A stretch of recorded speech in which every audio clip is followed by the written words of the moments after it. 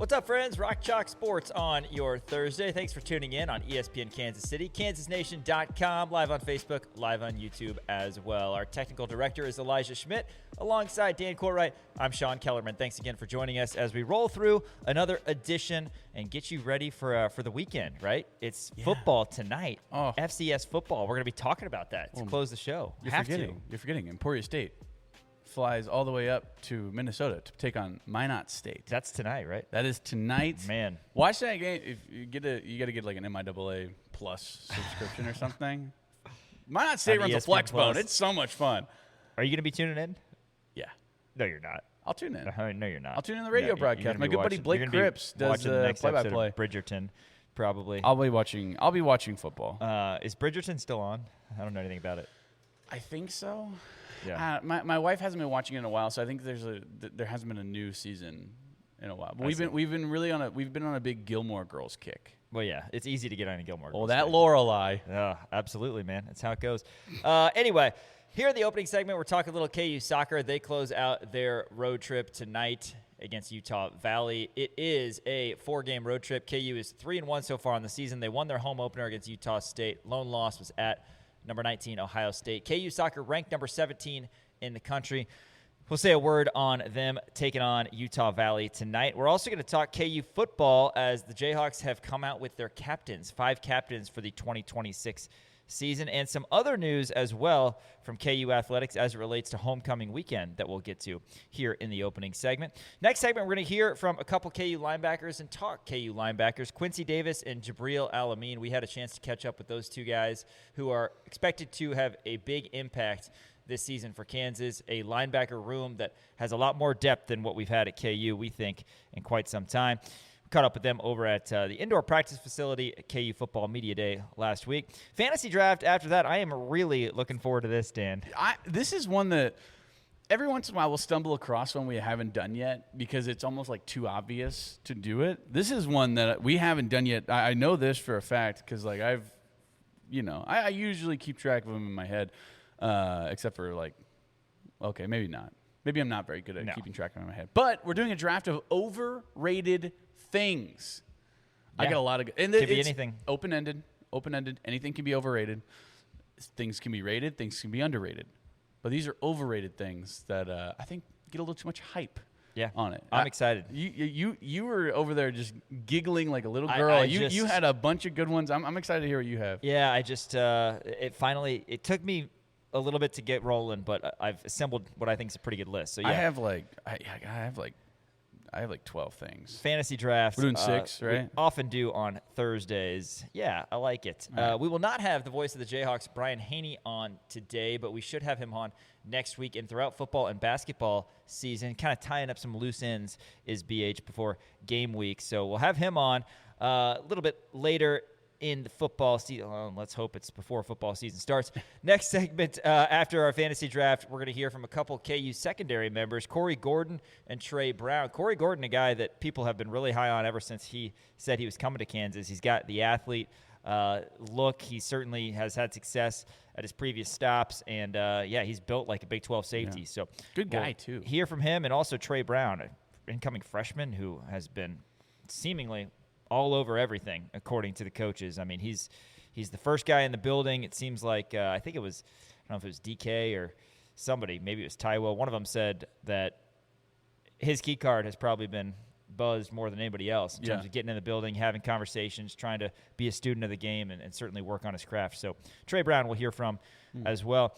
Speaking of Treys, it's Tres Cosas Locas with Trey Myers. 3 crazy things, one of our favorite segments.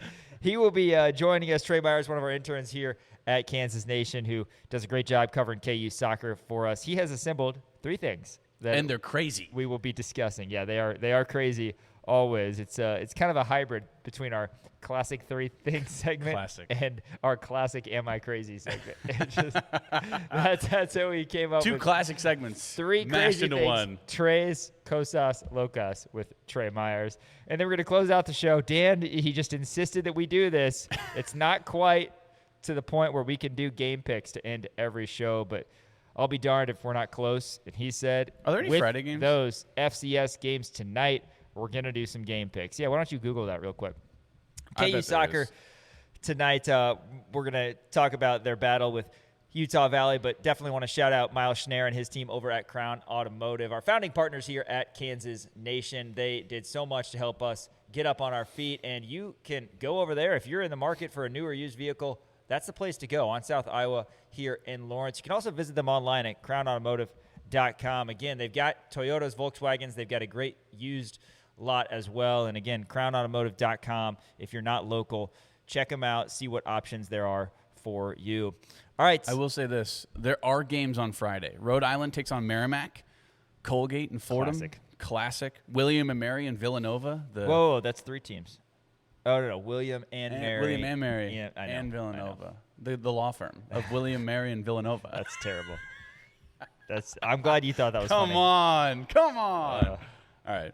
Yeah, William and Mary. But there are some William and games Mary on and Friday. Villanova? But officially the FBS schedule kicks off this Saturday with a big one. Oh. And, over the cross the pond. You know we'll be doing game picks tomorrow. Oh, yeah. Oh, it's finally here. We can finally here. talk football.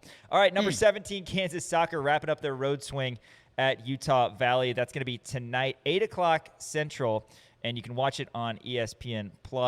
Head coach Nate Lee is saying, coming off a 1-1 weekend, we know we have to take the lessons from those matches and continue to improve. Utah Valley is a tough opponent, especially on their home field, and they're going to challenge us in every phase of the game. Our focus has to be on the details, staying composed, and competing for 90 minutes. We're looking forward to the opportunity and need to be ready from the opening whistle. That's head coach Nate Lee. KU, if you recall, was able to knock off Kent State after losing to number 19 Ohio State in Columbus. At Kent State, KU scored 3 goals 70th minute or later to finish their flurry and get a victory. It was Jillian Grigorski with a couple goals, and Caroline Castens had another goal. She's now got 3 this season. That ties what she had. She's a defender. All of last Plays season. on the back line. It was a dominant performance from KU, 17-2 shots, 9-2 shots on goal. KU also had 14 corners in this one, and their 3 goals, I mentioned the flurry, the 3 goals were scored in a span of 5 minutes. It's like Argentina against, who was it? Was it Japan that they were taking on? No, it wasn't Japan. It was Argentina and Egypt. That's who it was. It was Egypt. Yeah, that's right. Argentina and Egypt. When Argentina was supposedly dead in the water, they scored a bunch of goals in a hurry. That's what KU did against Kent State. But, yeah, looking forward to seeing KU pick up another victory. It needs to be a win when you go. Yeah, it's a road tilt. Been kind of a tough road swing. But you got to beat Utah Valley. Top 20 still in both national rankings for KU soccer. Utah Valley is 0-2-1. They've got a 1-1 draw against Michigan, however. They lost to Utah State 1-0. That was the team that Kansas beat here in Lawrence to open the season 2-0. KU defeated Utah Valley last year here at Rock Chalk Park, but it wasn't a runaway. It was 3-2. So could be a test in Orem against Utah Valley, but an opportunity, Dan, for KU to get another win. And I think, you wanted to be perfect. You wanted to get that marquee win against Ohio State. But if you come home after a 4-game road trip and your record stands at 4-1, be pretty happy with that. Yeah, my main concern is just the fatigue factor of having to travel that much, right? I mean, you go up to Columbus, then you play against Kent State, then you got to go all the way out to to Utah. I mean, it's a long stretch, obviously, and Kansas has been really good on the road, especially in the past under Nate Lee. And when you look at Utah Valley, I mean, you mentioned it, they're 0-2-1 right now. Their one tie is against Michigan, who, I mean, it's Michigan, right? They lost to Utah, but that was at home at Utah Valley, 0-2, 2-0, I guess, if you will. Utah's a pretty good program. They're 2-0-1, I believe, as of right now. And then Utah State, and we know how good they were. Obviously, Kansas opening up the season against Utah State. I mean, that was a really dang good program. So 3 really tough opponents. Do not let the record of Utah Valley, I guess, take you by surprise, because this is a really solid program. And again, Kansas is going to be, a little fatigued, I guess, if you will. Obviously, coming off of this road stand, 4 games in a row. You're at Missouri State, then you had to travel up to Columbus. Then you stayed in Ohio against Kent State. Now you got to go all the way out to Utah Valley. I mean, it's obviously tough, all that travel on these women. But at the same time, you know, you have a lot of faith in them. Jillian Grigorski, I mean, I'm waiting to see her really have some nice moments against this Utah Valley team. Carolyn Castan's obviously on the defensive end. Kansas needs to tilt the field and make sure to keep it on their side of the field. But, you know, like I said, they're really nice on the road. I think that this team is really coming together. Obviously, a lot of new faces, and you know they did a really good job in terms of bouncing back after that 1-0 loss against Ohio State. Ohio State was a really good program. You lost 1-0 on their home field early in the season. Kansas is continuing to grow as a team, continuing to build that chemistry, and I think Nate Lee sees that as well. It's going to be 8 o'clock tonight. Again, you can watch that on ESPN Plus, and we'll have the best coverage we can give you from afar here on Kansas Nation. All right, other news for Kansas that come out today. Actually, we'll talk KU football captains, but let's talk about the news we just got that a tweet just came in, if you will. Hold on. A tweet just came across my desk. KU Athletics is going to host the Big 12 Fall Tour Celebration October 22nd through 24th. Again, this just came out this morning.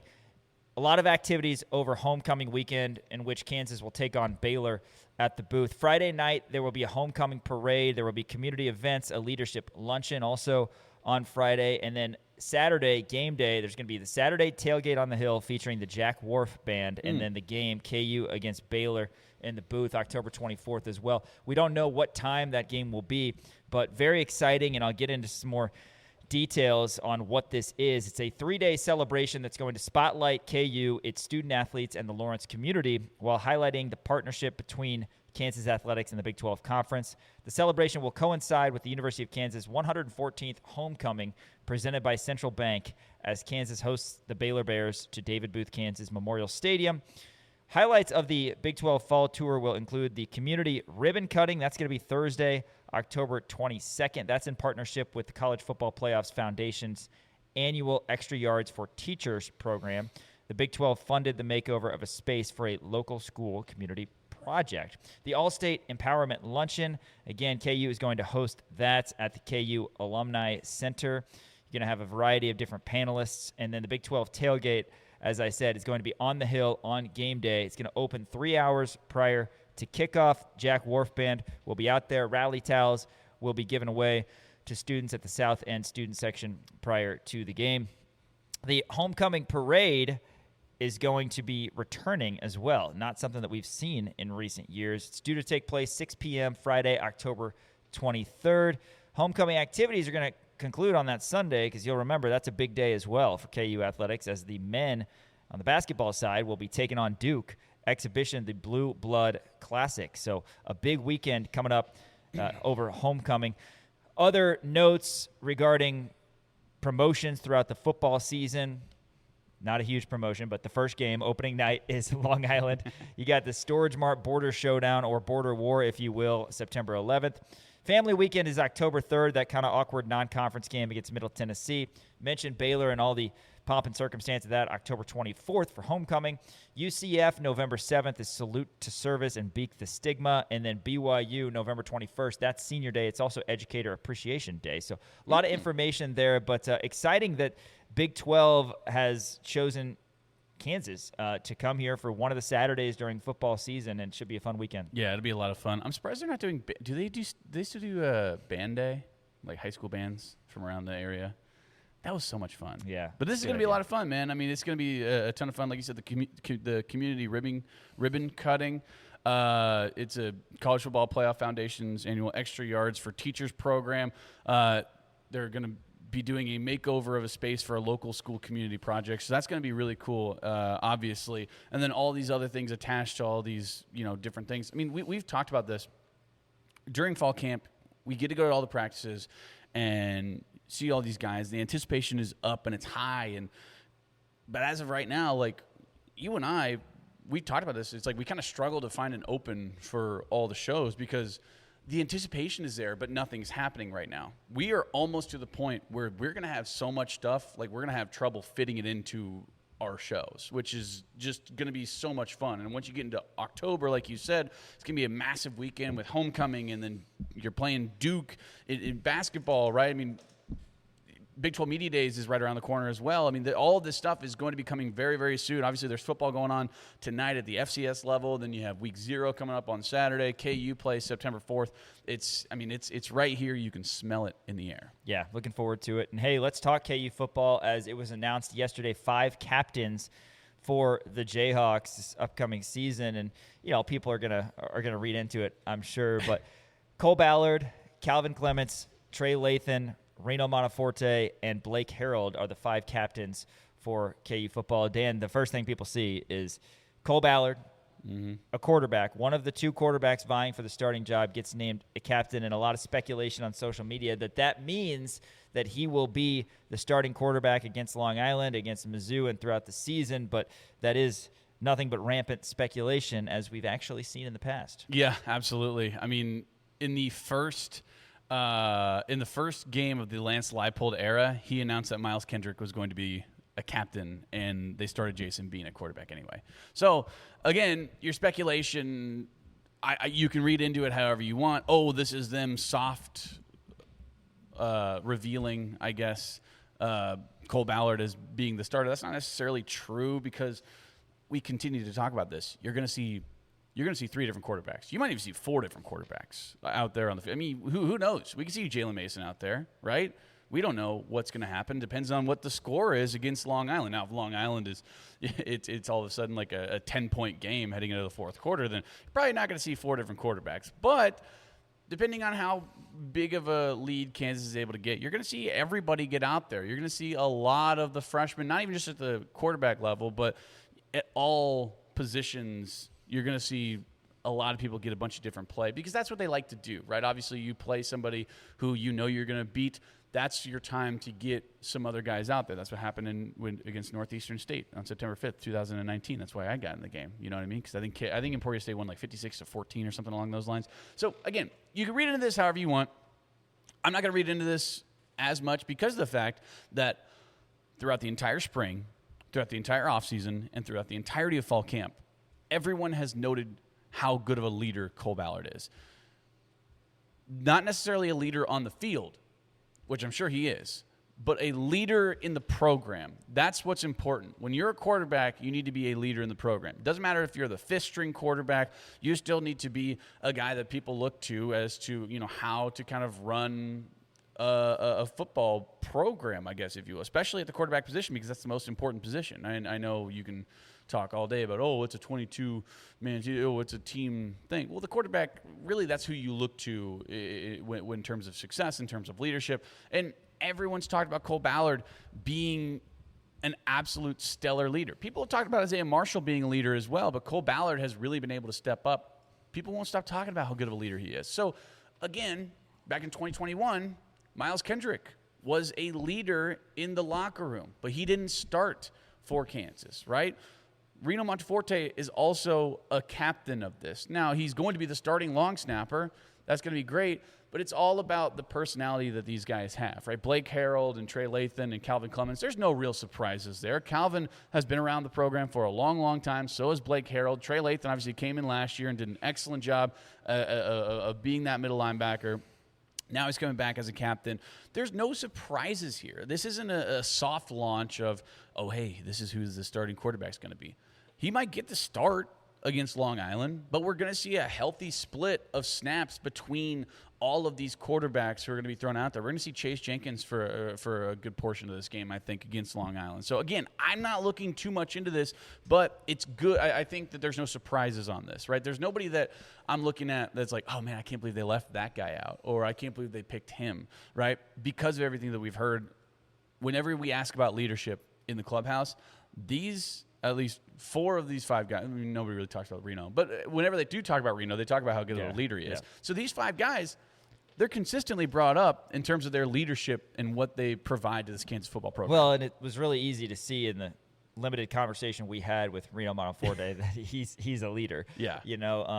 He's just one of those guys that just kind of has the it factor. So, again, you won't see him on the field too much, but, he is the long snapper, and he was a great long snapper at Notre Dame. So a great get for Kansas in the transfer portal. Yeah, Blake Harrell, Calvin Clements, both program guys who are going to be on the field a lot, and then Trey Lathan, the quarterback of the defense, if you will, for Kansas. And, of course, Cole Ballard, who everybody, like you said, has gushed about his leadership ability. Real quick, can I just relive the 2021 season? Because if you remember, Travis Goff said last week, he said, I understand it hasn't been perfect. I understand that, we've got places we need to go. We've got improvements we have to make as a program, but let's take a second to reflect. I'm paraphrasing, but that's essentially what he said before the season kicks off, because Kansas was not in a good spot. If you're a diehard KU football fan, which if you're watching the show, you probably are, just like us, you might want to not relive some of the things that I'm about to say. But let's go back to before Leipold got here. Kansas in 2020 went 0-9. That included a 47-4 loss to Oklahoma State at home, or 47-7 loss, sorry, to Oklahoma State at home. 47-14 loss to Baylor, 55-14 to K-State, 52-22 against Iowa State. That was on Halloween, and I remember specifically that Iowa State had a bomb. Actually, I have to look into this. I remember they threw. Okay, so 2020. Brock Purdy. It was no. I have to go. I'm going to say it right now if it's the right. Okay, it was Brock Purdy. Yes, but I don't know if he was in at the end. I'm pulling up this box score because you're going to laugh if. Oh no. Oh my God. Yep. So, you know who I'm about to say. So it was 45-22 down the stretch with just over 2 minutes to go. Iowa State's up by 23. They may have had reason to try to score again. I'll put it that way. Boy. It was 45-22. They threw a bomb, caught a touchdown, and won by 30, which was important to some. Who was the quarterback who threw the bomb? Oh, my God. Was it the guy who was gambling? Hunter Deckers. Hunter Deckers? That's crazy. Wow. Oh, wow. That's wild. Oh, I didn't man. expect. What's he up to now? As soon as I saw that, because I remember this was the Les Miles era. It was 0-9, and I need you to stay with me on this. Sure. It was 52-22, but I remember being up in the booth with the guys, and it was 45-22. Iowa State just needed to run out the clock. Yeah. And they're like, hey, and victory formation. They're choosing to throw a bomb, and it was Hunter Deckers who threw a bomb. Iowa State won by 30, not by 23. Anyway. The line was probably like 25 or something. It was something like that, yep. Yeah. Kansas, I just had to look at it. As soon as I saw that and remembered it, I was like, I bet Hunter Deckers was the quarterback. 62-9, Kansas lost to Oklahoma. 59-23, Kansas lost to TCU. All right, that was the year before Coach Leipold got here. Coach Leipold got here, and there were still some lumps in year one, as to be expected. You lost 49-22 to Coastal, 45-7 to Baylor, 59-7 to Iowa State, 41-14 to Texas Tech, 55-3 to Oklahoma State. I'm not saying this to bag on the first year. I'm saying Kansas was not in games. KU wasn't even in games, and everybody knows that who's a KU football. It wasn't even close, but look at some of the things that we saw in that 2021 season. Of course, you have the Jalen to Jared game winner, one of two victories for Kansas that season, 57-56 at Texas.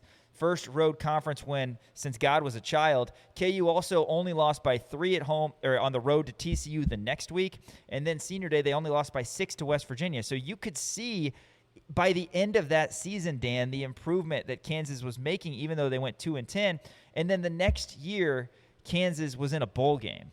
I mean, incredible. The year after that, Kansas won 9 games. Yes, I know we've had disappointing 5 and 7 seasons, but go to that 2020 season and then even Coach Leipold's first year. That is what we mean when we say building a program. Right. You took a program that was completely in the dumps. You took some lumps as expected in year one, and then he's kind of been off and rolling with this thing. And no, you're not going to go from 2 to 6 to 9 to 12 to 12 to 14 wins. You know, it's not always going to be linear like that, but just a moment to remember where this program was and the unbelievable strides that Coach Leipold and this program have taken the past few years. Yeah. Oh, man. Yeah, because that 2021 season, that was the Texas game. Yep. And, like, and then the last 2 games after that people forget.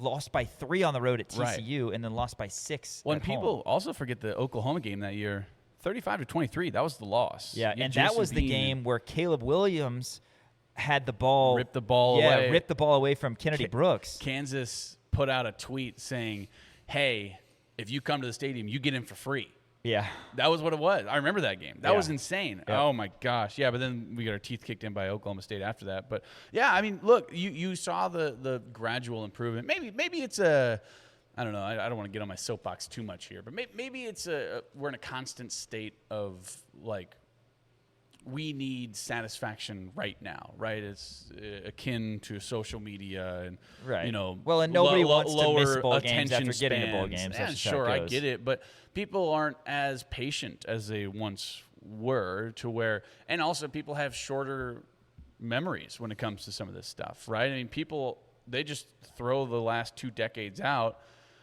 and they go like, why aren't we good? Why are we missing bowl games? Like, well, look at – it takes time, right? It takes time. Now you start to have a winning culture. At least, you know, you're not going 0 for every single year. And then all of a sudden you're like, okay, now we get more, better recruits coming in, which we are seeing, obviously. Like I've talked about, too, and people don't want to hear this because it's a win and loss league. David Lawrence always says that.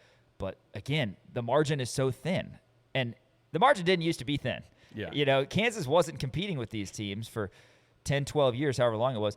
Now they are, but now the margin is thin in the Big 12 where every team is about as good as every team, you know? Mm-hmm. I mean, maybe that's silly for me to say, but that's what it comes down to, making the winning plays because there's not a huge gap between who's at the top and who's at the bottom. And yeah, I mean, 5-7. Kansas hasn't made the winning plays the last couple of years. Well, and that's the thing. You can realistically look at the 2 5-7 seasons that Kansas has had. We've continued to talk about this. If 2 plays go Kansas's way, we're singing a whole different tune. If if Jameel Croft Jr. doesn't step out of bounds and Kansas gets that safety and loses to Kansas State, or if Trey Lathan makes that interception against Cincinnati, or, I mean, you could look at literally 2 plays and think, okay, Kansas, all of a sudden, they don't have 2 straight 5-7 seasons. They're going to 4 straight bowl games. That's the tune that you're singing. All of a sudden, everyone's saying, but build the statue of Lance Leipold, build the statue of Jalen Daniels, build the statue of Devin Neal. They probably already will. But you're singing a whole different tune if 2 plays go your way. Where, as you said, in the past, Kansas wasn't even in the same stratosphere as a lot of these teams were in the Big 12. Now Kansas has gotten to the point where they're competing with every single team. Yeah, and again, that being said, it is a win-loss league. So understand people wanting to improve on the 5-7 season. Nobody wants that more than Coach Leipold, nobody in the KU program. But, yeah, thought that was interesting, kind of reliving some of those years that we don't necessarily want to relive, except maybe a game or 2 back in 2021 in Austin. That certainly comes to mind. Hey, coming up after this, we're going to go back to the KU football building, and we're going to hear from a couple linebackers, Quincy Davis and Jibreel Al-Amin. That's next, ESPN Kansas City and KansasNation.com.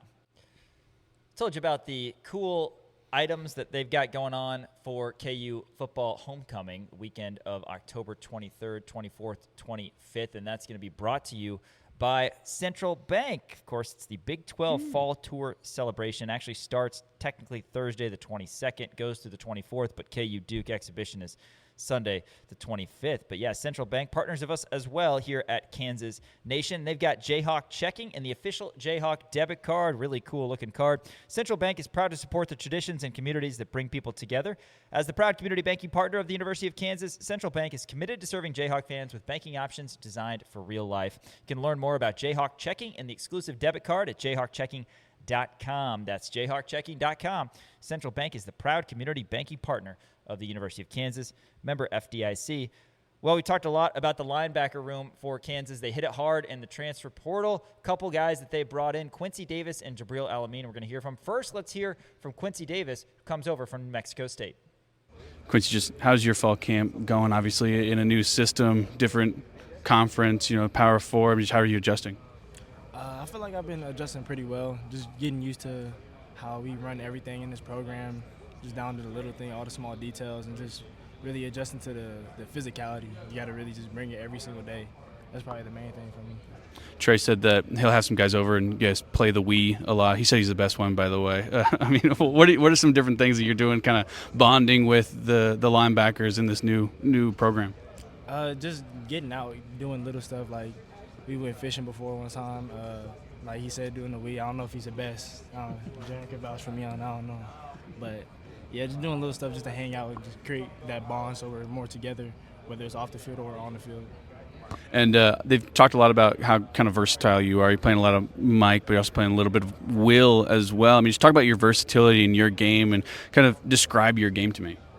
How I describe my game is like you're saying, just like versatile, not being like or not trying to be like a one-trick pony, as our coach would say, just like learning everything. Because once you learn Mike and Will, it kind of helps you start to learn the little things about what the nickels are doing, where they're fitting at, and like how the safeties are helping you in the fit. So it kind of just helps all around. I talked to Trey about this, but those D linemen in front of you, obviously playing a little bit of the Mike position, you got to be calling different things out. What are you seeing out of those D linemen, particularly the guys on the inside with Biggie Smalls and Blake Harreld? Dogs, man. Them boys dogs on there. They gonna handle their 111, man, every time. And looking at the new booth, I mean, that's something that's been going on for quite a while. You weren't here to see the old one, but I'm sure you've seen pictures. I mean, just how excited are you to get out there in front of the fans? I'm excited, man. You know, coming from a G5, like New Mexico, the Aggie Memorial Stadium, it wasn't small or anything, but it didn't always get like packed out. How I think the booth is gonna get packed out, but I'm excited just to hear the fans roaring when we come out the tunnel and everything. I'm excited for it all. What can Jayhawk fans expect to see out of Quincy Davis this year? A dog. Thanks, Quincy. Appreciate it. That's KU linebacker Quincy Davis. Of course, Kansas thought they were going to have another linebacker in Landon Watson, but they have hit it hard. We're going to hear from Jibreel Al-Amin. You know, you got Trey Latham back. That was a huge piece. You bring in Bam Crouch. You bring in these two. I mean, so much talent, so much depth at the linebacking spot. Quincy Davis in particular, a guy who, even going back to spring, we've heard his name a lot. Yeah, absolutely. And I asked him actually in that interview about kind of his versatility and kind of what he's been working on. And, you know, he's just ready to win football games. He's ready to do whatever it takes to win football games. And as of right now, the way that I'm viewing Quincy Davis is he's essentially going to be the backup of Trey Latham or the backup of Bam Crouch, right? And he can play both of those positions. If one of those guys needs to come out, or if Kansas decides to go with 3 linebacker sets, Quincy Davis is going to be that next guy, right? He's not specifically a middle linebacker. He's not specifically a will linebacker. The way that I'm looking at him, he's a downhill, you know, kind of fill up those gaps, you know, hit the running back between the tackles kind of guy. He's a big bruising style of linebacker. He's good in coverage, but at the same time, that's not really the way that he plays his game. But he's versatile enough to do everything that a linebacker is supposed to do well, right? I mean, and we've continued to hear how good Quincy Davis is. Whenever we see him in the game, he is going to be a game changer. Yeah, looking forward to seeing him make some plays for Kansas. Again, Kansas is going to have to be fundamentally sound on both sides. Here's a guy who started his career at Jacksonville State, played 3 seasons at Jacksonville State, and played last year at Marshall, now in his final year of eligibility. And, Dan, he's a fellow girl dad, such as myself. So, shout out. I had a conversation one-on-one at KU Football Media Days with Jibreel Al-Amin, and here it is. Jibreel, just kind of talk about how the fall camp's going for you so far. Fall camp's been good, man. With it being my last one, I've been giving it my all. The linebacker room has been going crazy. We're competing, just getting after it, ready for game 1. Coach Sleeve has talked about how you guys have gotten bigger, faster in general. It seems like the program-wide that's been a thing, but especially for you, how much weight have you put on and kind of how you're feeling so far? So when I first got here, I weighed 199 pounds. Right now I'm sitting at 222. So I gained a lot of weight. I give credit to the nutrition staff and Coach Sleeve and his staff as well. They did a great job over this offseason. How do you feel like that's going to help you on the field? I say right now I'm moving stronger, faster, and just the best I ever played at right now. So I can only wait for game 1. Yeah, and then it seems like this linebacker group is really deep. People say that a lot, but you get a lot of guys. Just kind of talk about your teammates and how things are going in that room. We got a great linebacker room. Trey, he's a great guy. Bam, Quincy, Jaren, all them boys, we get after it. We're all competing right now, so hopefully game 1, you'll see who's out there. We all supportive of each other, with a lot of us being our last years, but we're looking to get after it. You individually, what would you say is your biggest strength at linebacker? I'd say my speed and pass rushing. I love to get after it and have a high motor. Okay. You done any playing nickel in your career? Have you played that often, or off the edge probably more often than? A little bit off the edge. Yeah. Previous schools, I played a little bit of nickel. They may have called it something different. Yeah. But it's nothing new to me. Yeah. It's something that I can play and willing if needed. Why do you think your skill set is going to transition well to Big 12? Honestly, because they pass a lot in the Big 12, and I know I can cover and gain a lot of ground from sideline to sideline. So that's what I feel like I can contribute to the team. Coach DK switches up looks a lot defensively. Is that fun for you, kind of going out there and maybe having different responsibilities when your number's called? Yeah. Guy like me, I'm always ready when my number's called. No matter to whoever I go out there with, I love to play with whoever. We're all building chemistry and just ready for this season. I don't think we talked to you maybe since you got here. I'm not sure, but what was so attractive about Kansas to you that brought you here? Really just the community and the fan that everyone loves football down here, and they just had a lot to offer when it came to me gaining my weight. That was my most key thing when entering the portal. What is there a game in particular you're most excited for, or just in general ready to get out there? Overall, I'm ready for all 12 games, honestly. First one is the next one, so looking forward to that one. Yeah. Have you been to Europe before? No, never. I've never been out of the country, so I'm very excited for that one. You're a pretty good flyer? Yeah, most definitely. Okay, good, for sure. I've flown to a lot of states, but that plane ride is going to be something crazy. Yeah, for sure. Do you expect family and friends to be here at the opener, and just how excited are they for you? Most definitely. I have my daughter and my fiance in the stands. Hopefully my mom and dad and brothers and sisters can come out as well, so I'm ready to get after it. That's KU linebacker, and as I said, fellow girl dad. I had to talk to him a little bit off camera as well about that. He's excited to have some family members here to come watch him play. But another guy, Dan, who's just a Big 12 caliber guy, and he came on campus, I believe, at 200. Now he's listed at 225. He talked about that a little bit. He was one of the first names we heard when Coach Sleeve came up to the podium and talked about guys being bigger, being faster. Jibreel Al-Amin, he's going to have an impact this year. Yeah, and if you look at his stats from Marshall, 55 total tackles, 3 sacks, and a forced fumble. I mean, he's a different style of linebacker that you'll see from a Quincy Davis or a Trey Lathan, where those guys are between the tackles. They stop the run on the inside. They're out in coverage. Meanwhile, Jibreel Al-Amin, you can almost look at him like that specific blitzer off of the edge, I guess, if you will, disrupting stuff in the backfield. And I think that he's going to be really nice in pass coverage as well. I mean, you look at this is the beautiful thing about what Coach Sleeve has done with this entire group of guys, is the fact that they were smaller and faster and got the fundamentals down.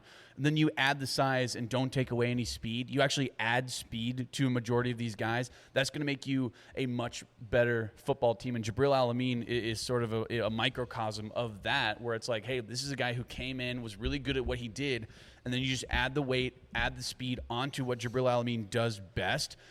He's going to be an impact guy, right? A different style of linebacker. He's not the big bruising style of linebacker that you see in the middle, like a Ray Lewis or somebody like that. But coming off the edge and also playing sometimes in coverage, I think he's going to be a really nice piece for this Kansas defense. Let's talk more formationally, because you and I were talking a little bit off air about this. And, you've mentioned your interest in a 3-3 with a rover type defense. And the rover hawk, whatever you want to call it, is maybe the most fun player to talk about because there's somebody who has the versatility, and Kansas has a lot of good options with Saeed Gibbs, Kyjon Cummings-Coleman, Mason Ellis could be kind of that hawk linebacker type. But I'm curious what you think ultimately is going to be Kansas' play, because you've got some interior defensive linemen that you really like, and Amon Smalls and Blake Harreld, and some outside guys that you really like too. So that leads you to think, well, maybe you will go with with 2 down linemen there on the front, and you have a 4-3 look and not a rover. But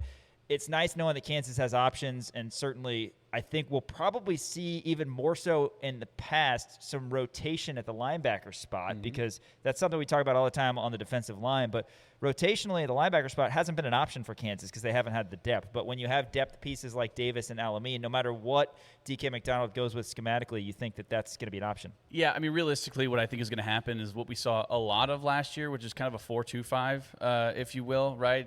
With 4 down linemen, 2 linebackers, really, and then you got 5 safeties, but one of them is that outside corner, nickelback, hawk position style of player. But if you remember, like, granted, this was in the Brian Borland years, but Craig Young played the hawk, and he was primarily a linebacker, and you would see him coming off the edge and blitzing, just an extra linebacker in there, taken away from the secondary.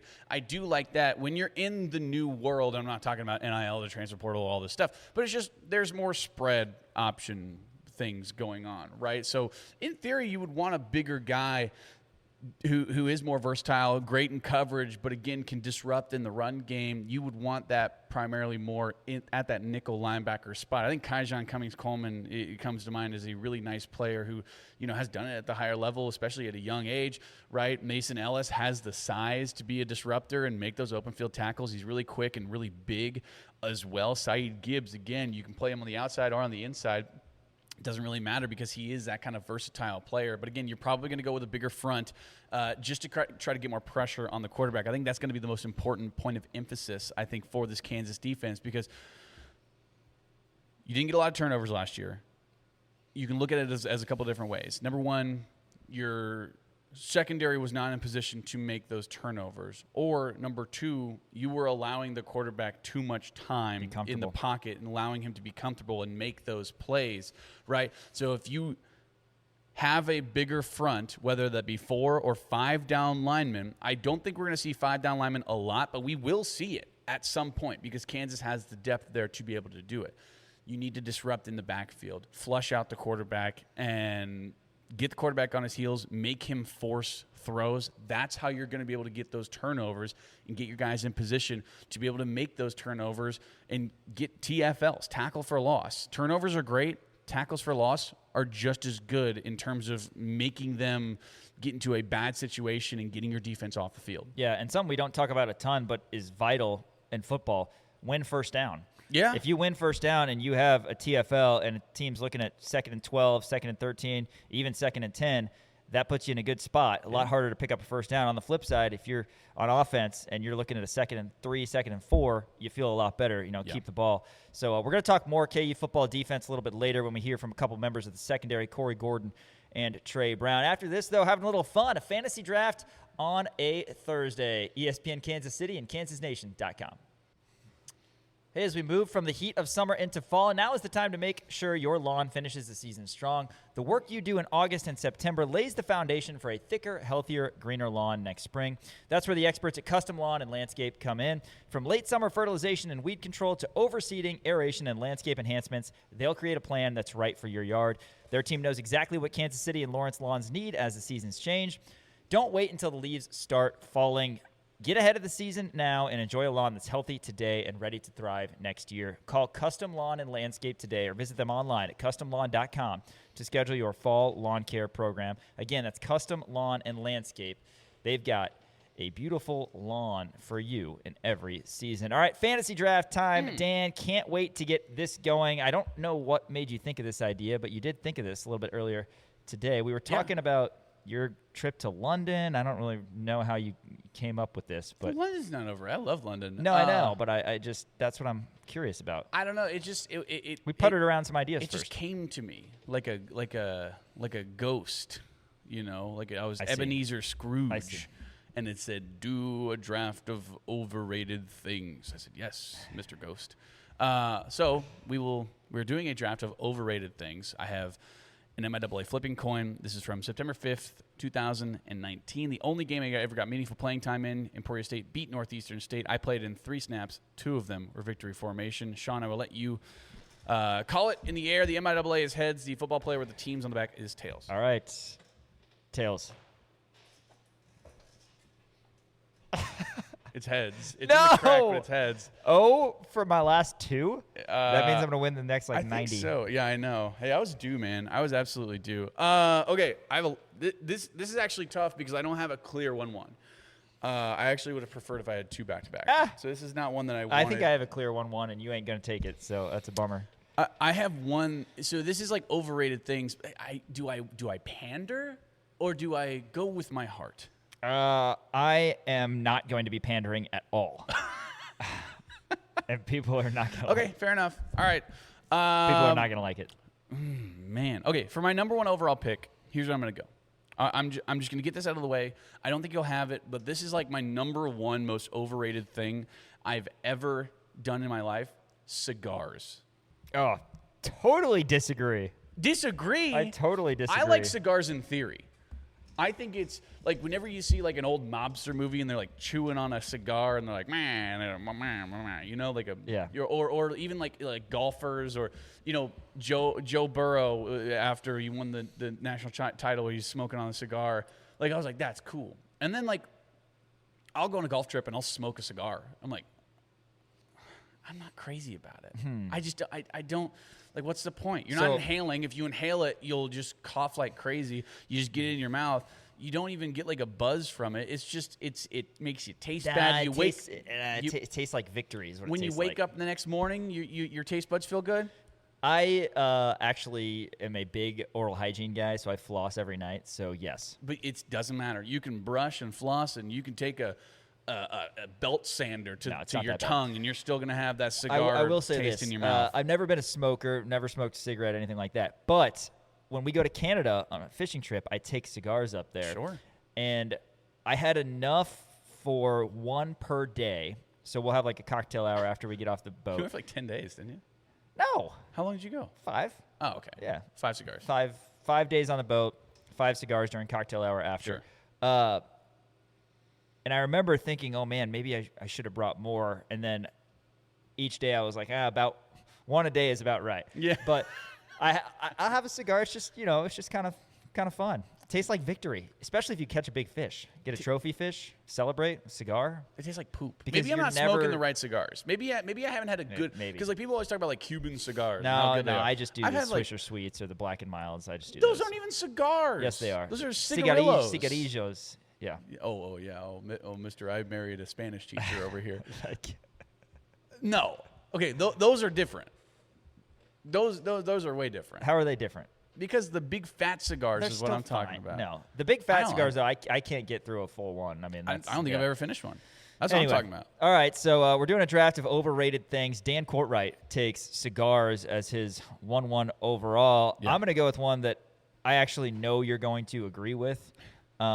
There's going to be a lot on here that you do not agree with, but you are going to agree with my first pick, which is social media validation.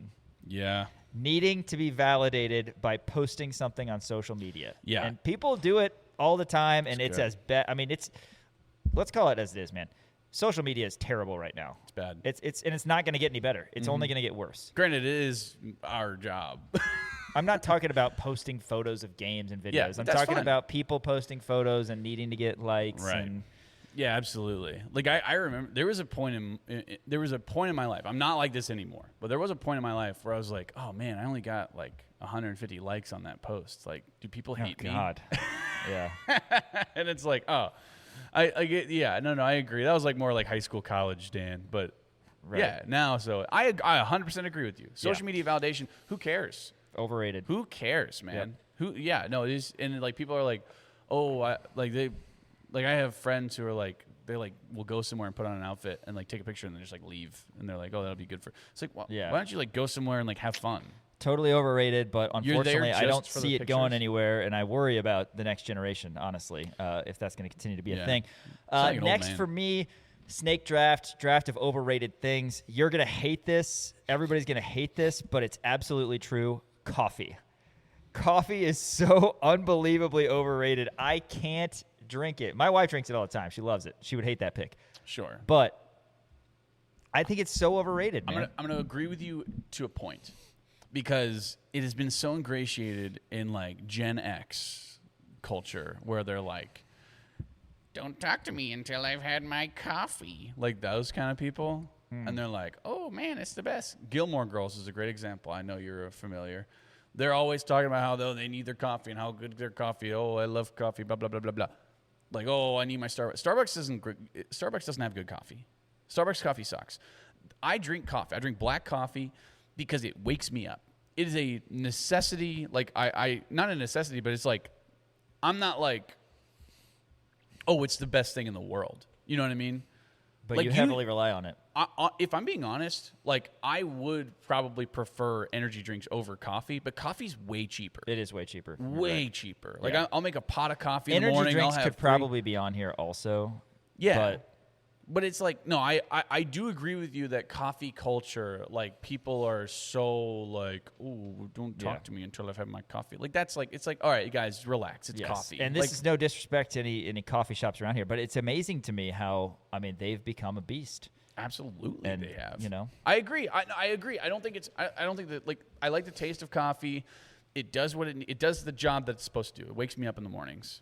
That's the way that I look at it. It's very transactional. It's like I make the coffee, I drink the coffee, and then we're done, right? But people like they'll make like T-shirts that say like I love coffee. Like I just can't. I'm just like, come on, guys. Like let's be real here. You know. That's dumb. That's a good pick. That is a fine pick. Appreciate it. I think that the idea of like coffee shops and like coffee running people's lives is just like, right. All right, it feels very performative. You know what I mean? Okay, that's two solid picks right there. For my second pick, I went with cigars first. My second pick, I'm going to go with gender reveal parties. Yeah, I I saw some film on that guy. Yeah, I'm sure you have. Yeah. Did you have a gender reveal No. party for either of your kids? No, I think they're overrated. Did you do like, see, this is the way that I think you should do it. I think it's fine if you and your significant other hire a photographer and it's just you two and you take some pictures and then you like send them to your family. You know what I mean? That's fine. But people, I went to a gender reveal party one time And Dan, where they had a potato gun, like a big potato gun that shoots a potato like a mile away, and they filled it with pink powder. Surprise, it was a girl. She's like 7 now. And they like, poof, and they shot it out. There was like 100 people there, and everyone's like writing down, I think it's going to be a boy. I think it's People going to love be it, a man. girl. Bah, bah, bah, bah, bah. And then the people are wearing like shirts. It's the dumbest thing in the world. They start forest fires in like California. Stop it. yeah, that's What are true. you doing? When it goes horribly awry, that's not good. But sometimes it's horribly awry on purpose due to being able to post something on social media. That ties into your Get some thing. likes. It does. Yeah. No, I'm all for baby showers, that sort of thing, because, you know, people need that stuff. But, yeah, it doesn't need to be a big Well, people separate thing. You can't do a baby shower and a gender reveal party. Yeah. It's just They need a thing for everything. It's like, all right, tell people what the baby is and then have a baby shower. You ever been to a baby shower where you don't know what the gender is? Yes. Then you're just buying them like You just buy them diapers. asexual potato sacks as clothes. Like it's just like, all right, I don't. There are other options. What am I Yes. supposed to? Sure, binky, I guess, whatever. But it's like, let me know what the gender is, and then I will buy stuff for the baby accordingly. If it's a boy, I'll buy him dinosaur stuff. If it's a girl, I'll buy her like a tutu and a pink bow. Right? I'm not going to your baby shower if I don't know what the gender is. Shout Or out else to guess dinosaur what? Stuff. Huh? Shout out to dinosaur stuff. Shout out to dinosaur stuff. My nephews love dinosaur stuff. And you know what? I knew what the gender was before I bought all that stuff. There you go. You know how mad I would have been if I would have bought a pink bow and all of a sudden a boy comes out? All right, I guess taking this You back would have to had to Amazon. return that back to Amazon. Would have been terrible. It would have been a burden on my life. Gender reveal parties are stupid. What's next here? Really dumb. For my third pick, man, I got a lot of good ones on here. I'm just going to go with the SEC in general. SEC football. Yeah. Overrated. I think the media. Did you see this thing? This happened not too long ago. I can't remember who it was. It was a lady on ESPN said that. Oh well, the reason the Big Ten has won three straight national championships. The reason that the Big Ten has won 3 straight national championships is, get this, because the SEC plays against the SEC during the regular season and they get tired Oh my God. when it gets to the postseason. And all the Big Ten schools, they only have to play against Big Ten schools, so they're not as tired when it gets to the postseason. All these SEC schools are beating up on each other during the regular season, so it's unfair for the poor SEC. Yeah, So SEC is crazy overrated. Yeah, Paul Feinbaum has done irreparable damage to the minds of college football fans. I think the SEC is wildly overrated. You think Arkansas is going to go 2-10 this year, and everyone still is like, man, they're Arkansas, they're in the SEC, they're going to be pretty good. Are you kidding me? I think they went 2-10 last year, didn't they? And they're going to go 2-10 this year. Yeah. Absolutely. You put But Arkansas that's in the, just because everybody else is so you put good. Arkansas in the Big 12 this year, they're going 2-10. You put Arkansas in the Big 10 this year, hell, I'll even say if you put Arkansas in the ACC this year. I'll say 3-9. 3-9 is what they do. But no, everyone's like, oh, if you put Arkansas in the Big 12, they're making a bowl game. But instead, they're in the big bad SEC. They're going to win 2 games this year. Who cares? No, do not get me started on the media propaganda being shoved down our throats by pro Southeastern Conference brainless automaton lemmings. All right, I'm done now. All right, I will take over. Please I do. will I'm going take to over. get fired up. All right, here we go. Next up on my selection of this draft of overrated things. I'm probably not going to be as passionate about this as about your picks as you are, but I'm going to go with. This might be kind of a hot take, but I do think it's true. Cupcakes. Ooh. Okay. What do you think about that? So I think they're overrated. why? I don't know. They're just not as tasty as literally any other dessert option. Well, that's not true. You ever had scone before? Scone sucks. Well, yeah, scones are terrible. I agree, but cupcakes are not filling. Like with cake, you get the density, and it fills you up a little bit more, and you get like, Sure. Usually the buttercream frosting. There are really good cupcakes out there. I get it, but like the store-bought cupcakes, and maybe I could just make it store-bought cupcakes / cookies or anything like that. Sure. Yeah, I don't know. I just think they're not a good treat option, man. I mean, give me cookies, give me cookie cake, give me candy, give me ice cream. Cupcakes are just overrated. So it's just essentially what cupcakes are, just smaller cakes. They are, but for some reason they're not as good as normal cake. Well, it depends on how you make them. I don't agree with you on this. I think Okay. cupcakes are I think they're rated. I don't think they're overrated. I don't think they're You think they're underrated. rated? I think they're rated. I think If they're around, you'll eat them, but they're not your favorite.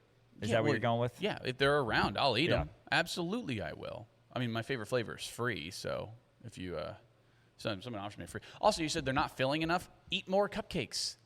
That's very simple to do. Yeah.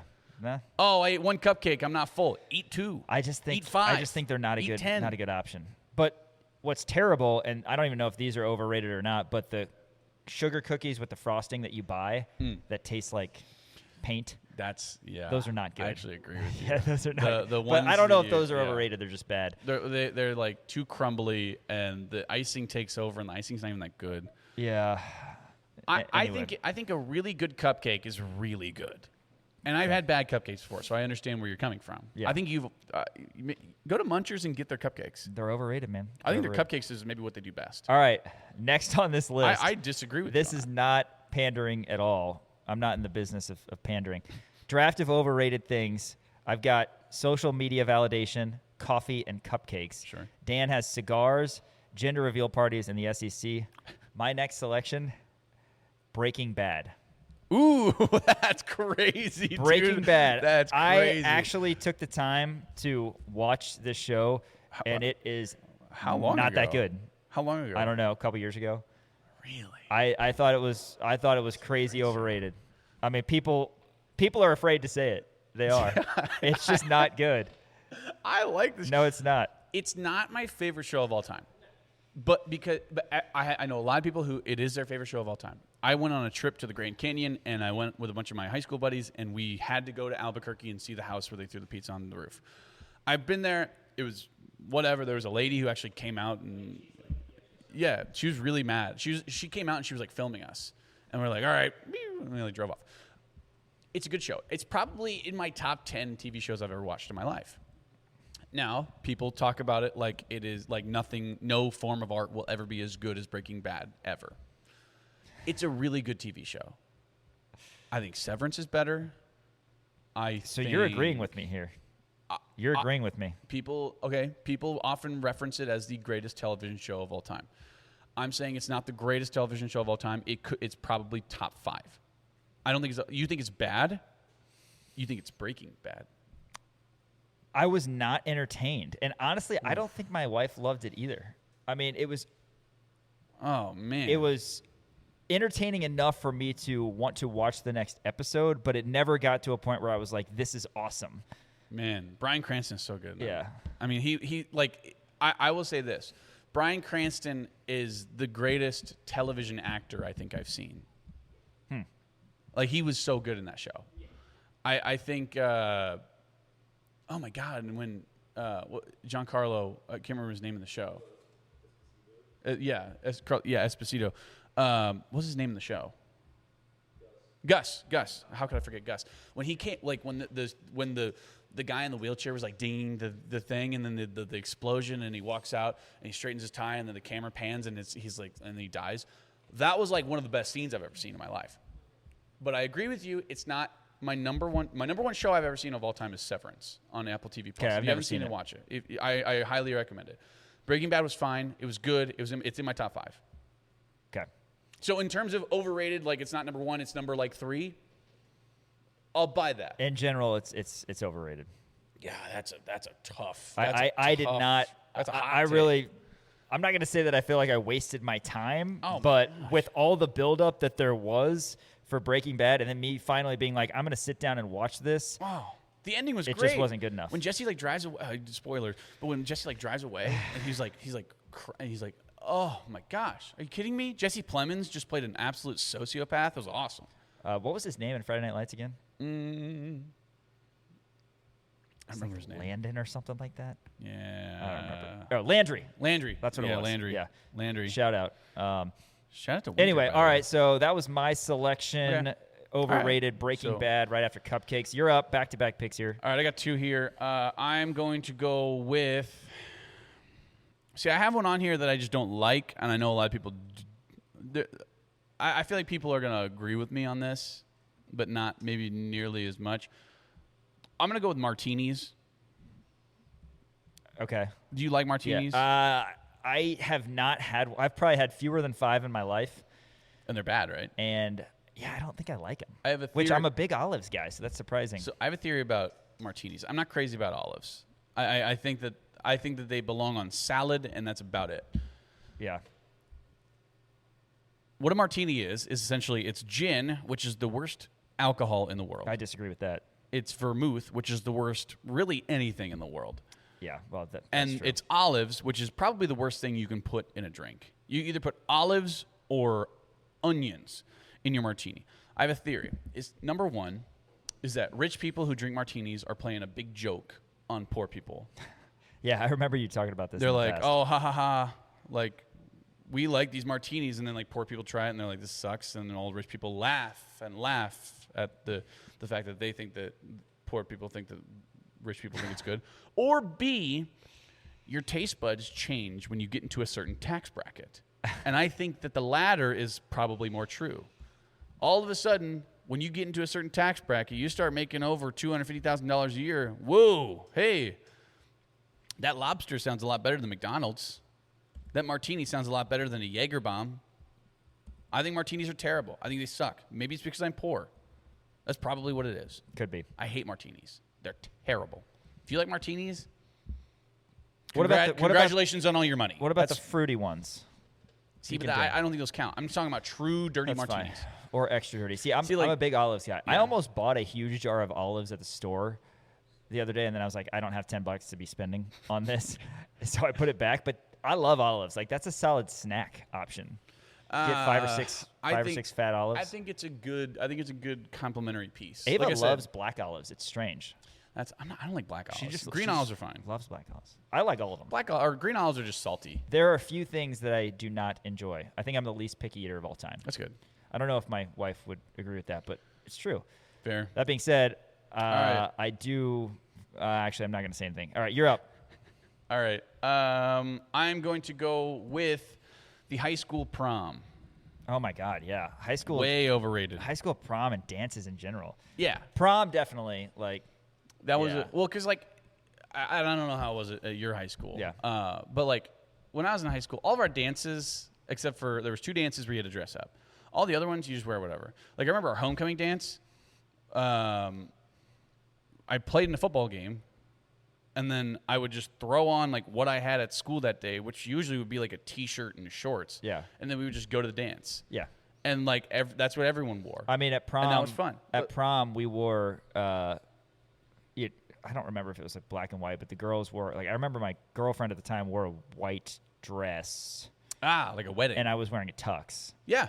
Well, that's So- what you're supposed to wear. Tux. Yeah, so got all You're- dressed up. Your parents got to shell out a good amount of money. Yeah, it's ridiculous. For either a tuxedo rental or a dress if you're a lady, and then you just go to a place and they have like little snacks like pretzels, and then you just stand around because high school kids are just awkward. It's so awkward. They are It's so awkward. Yeah. It's overrated. It's like in pop culture, in movies, in books, whatever you want to say, like high school prom is supposed to be the most magical night of my life. Everybody's awkward, and it's thank God I like legitimately had a somewhat long-term girlfriend so it wasn't awkward at that time. It was See, just that's like nice, that's just yeah. what we're doing that night. Right. But yeah. All right, I'm up here. Yeah. No, hold on. After prom. After prom's great. After prom was fun. They had like big inflatable things where you Yeah. put on like a Velcro thing and you stick to it and like a maze and stuff. Yeah. After prom's great. Prom itself. No, Overrated. Overrated. This is going to be funny because what I just said about how I'm not a picky eater, which I'm not, but I'm throwing pasta on here, man. So overrated. That's so crazy. overrated. Spaghetti. All pasta. I mean, again, there are ways to get around it, but like if we're Like a having good spaghetti and penne. meatballs, then I'm making a meatball sandwich 10 times out of 10. There's no doubt about that. I don't need spaghetti. Penne's fine. You know, one thing that I do I do mess with.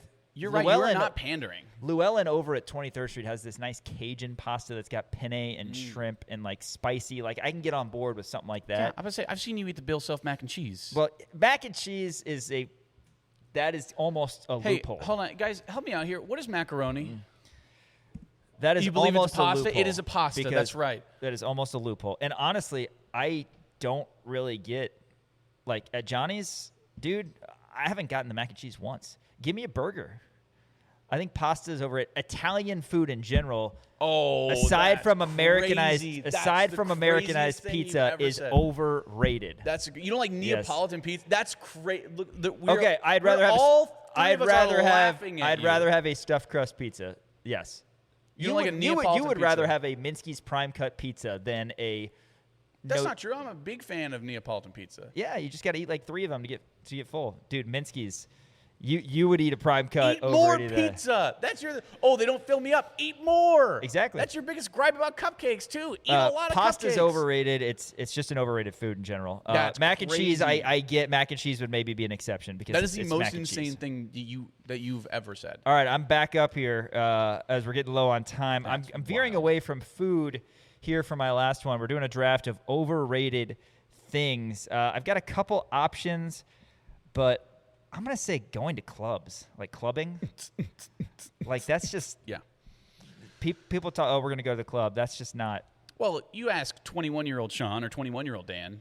maybe. Sure. But you know, I went to a pool party in Vegas at a club, which is a little bit different because it's during the day, but it was on a buddy's bachelor party, and you know, you had bottle service, which was great. You wouldn't believe how expensive these bottles were. Oh my gosh. Like yeah. a bottle of vodka was like $800 or something. It was insane. Insane. Yeah, that's not great. But, and you know, that was a part of a club, so I said that. But yeah, if you're more so thinking nighttime, nightclub, Right. it's hot in there. Everybody's sweaty. Yeah. People are spilling drinks all over you. Yeah, if I want to go out, I'm going to go to a dive bar with music that's not very loud, and I'm going to talk to my friends. Yes, and Maybe a ideally patio. have a game on the tube. And ideally have a game on Yep. the tube. Yep, What are you, British? on the tube. Yeah. Anyway. That's where I want to go. I'm a dive bar guy through and through. You've seen Town Royal. It's a perfect bar. Love it. Love it. Now, when I was 18, 19, 20, there was a place called the Brickyard. It was more of a club. That's where I would go to. But when I got a little older, which was like 21, Then I would go to Town Royal. By the way, Brickyard was an 18 and up bar. But yeah, I agree with you though. Like I'm 28 now. Like I'm past the club in life, man. I'm a married man. Got 2 dogs. He's like, hey, you want to go to this club and Yeah. I don't want to. Overrated. Because guess what? The bar's always packed to the gills. It's a bunch of guys wearing too much cologne. People are spilling drinks on People you. are spilling drinks on you. Music's too loud. It's a disaster. Yeah. It's just a bunch of yeah. No. All right, your last agree. pick here. I have a lot of places I can go. I really want to do this one, and I don't. Here, hold on. I really want to do this one, Do it. and I'm not gonna. Is it going to be honorable mention? It'll be an honorable mention. I'm gonna go with. Oh man. As much as I really want to say this next one, I'll say it in the honorable mention, and I'll see if you agree with me. I'm just gonna go with ribs. That's So the reason terrible. Here's my reasoning. That's Here's a my terrible reasoning. pick. Too messy. That's your fault. Too messy. It's mostly bone. Oh my God, no! You know what you're I so want? wrong. I want mostly meat. Have you had the ribs at Joe's? Yes. The Dude. taste is great. Oh you know my what I God. wish I had more of? I wish there was less bone and more meat. You know That's what I like never a better? problem I've had at Burn Joe's. ends. It's never a problem I've had. Burn at ends Joe's. is the same meat. Love burn ends. Burn ends is the same meat, no bones. I don't think ribs are overrated in the slightest. I think ribs are overrated because they're too messy, and I don't want to be That's messy. Terrible. They're not messy. What if you're on a date? They're not messy if you're not using sauce. What you go on really a- good ribs don't necessarily need sauce. Yeah, but you're still like, you're still. Okay, is that different than when you eat a chicken wing? Fair question. Touche. Yeah, fair question. All right, draft of overrated things. I've got social media validation, coffee, cupcakes, Breaking Bad, pasta, and nightclubs. Daniel, you've got cigars, gender reveal parties, SEC, martinis, high school prom, and ribs. Yes. That's what a terrible way to end it. Any honorable mention for you? I do. Nutella, I like Nutella a lot. overrated. I disagree. It's overrated. I think I would maybe prefer peanut butter. I Nutella's good. almost had peanut butter on my list, and then I remembered that the last time we had pancakes, I put peanut butter and syrup on it, and it was incredible. Yeah, so so I was good. like, I'm not gonna. So not good. gonna do I'm a that. big peanut butter guy. Nutella is really only good for one thing. It's like just a regular piece of bread, and you spread Nutella on it. Like you can't really mix it with like jelly. You can't really I don't know. Like peanut butter is more versatile, right? I guess I'm looking at peanut butter like a nickel linebacker. it could be. Nickelback, by the way, not overrated. Great band. Great band. Underrated. You got anything else? Drake. Yes. I think he's overrated. Yep. I'm a Kendrick guy. I think Kendrick won that battle. Now Drake's earlier stuff I think was good. Miss Me, it's good. Is that it? Take Care, the whole album, it's good. No, I have soft pretzels. Oh my God. Hate them.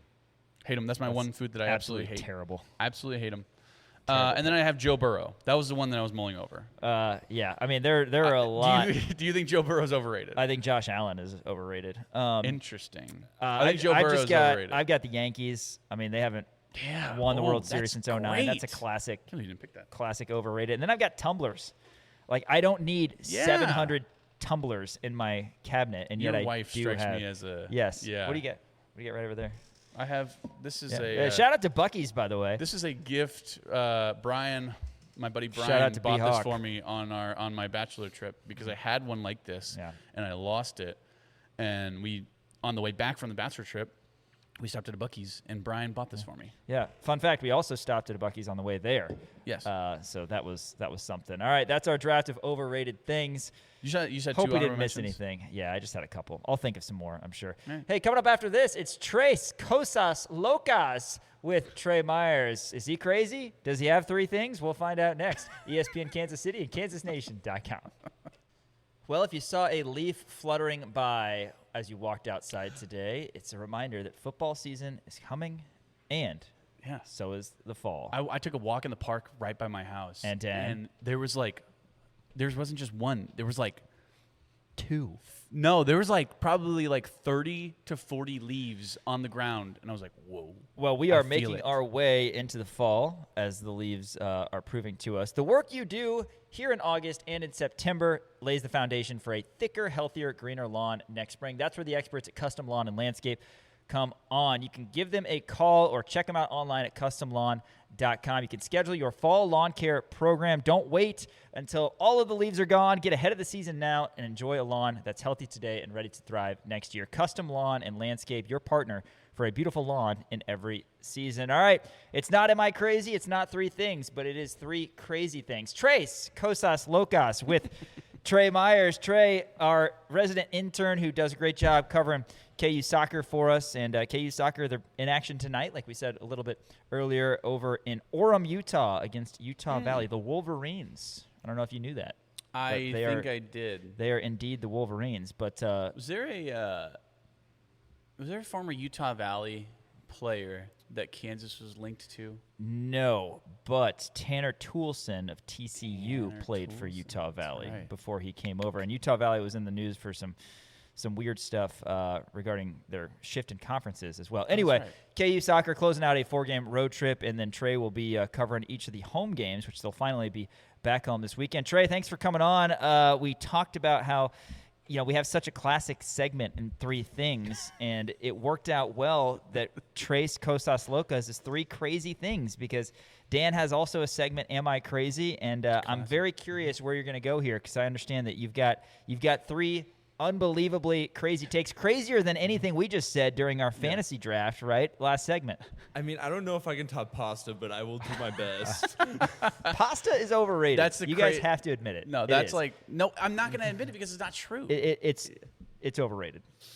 I think if Everybody I out there only, watching one knows. dish, Unless it's mac and cheese, it's overrated. I'm honestly, if I could only eat one thing for the rest of my life, I'm probably going to choose a pasta because it's so versatile. Yeah, okay, that doesn't even count. If it's one thing, then One dish. Okay, one primary, whatever. Anyway, Trey, what do you got for us all today? right. I don't need to go into KU football history. We know our university's legacy, but miraculously, KU has produced 2 Hall of Fame NFL running backs. Yeah. John Riggins, Gale Sayers, 2 of the best of their time. These 2 are so good, I would be willing to argue that KU has as good, if not better, of a duo of NFL running backs than any other university. Oh my gosh. I mean, I like that poll. So right. Oh my gosh. No. all right, can I Google this? I've prepared a couple. Darren Okay. McFadden and Yeah, but he doesn't compare. But there was another. I'm They were going on off the same NFL team. legacy primarily. So of my Okay, list, of NFL legacy, that's fair. Yes. yeah. Okay. I will I'll buy present that. these in order of I think KU has them beat, and then to the really difficult ones. Okay. My first one is Miami. Frank Gore and Edgerrin James. Yes, that's I good. believe KU's better. No, that's, Miami had true. I mean, that's tough. I don't know how their stats compare, and obviously different times. But Miami on the same team in the early 2000s. Who did they have? They had Clinton Portis and Frank Gore. Clinton Portis, Frank Gore, and Willis McGahee. Yeah. I think we're all on the same team. the law firm. First Willis McGahee shout out on our show How ever. do we not talk about Willis McGahee anymore? Yeah. But yeah, the U they spurn out a lot. All right, who else is there? What's Bama got? That was my next one. Yeah. I came up with Sean Alexander and Derrick Henry. Yeah, for Alabama. that's tough. You could throw Mark tough. Ingram It's a in tough there. You could also say future Jahmyr Gibbs, future Josh Jacobs. Yes. I think I would give KU the slight lean.